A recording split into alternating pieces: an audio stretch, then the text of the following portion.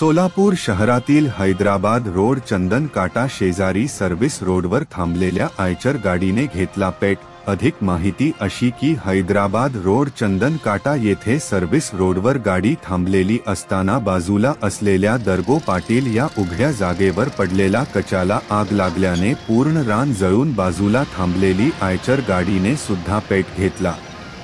ही बातमी फायर ब्रिगेडला कळताच लगेचच घटनास्थळी दाखल होऊन आग आटोक्यात आणली, तसेच स्थानिक नागरिकांनीही लगेच धावून मदत केली।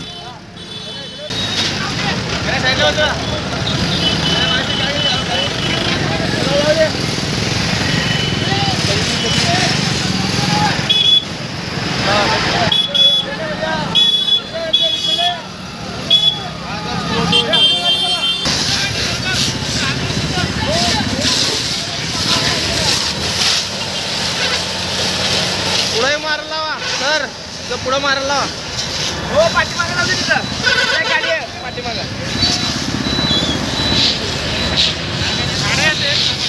हा चालू।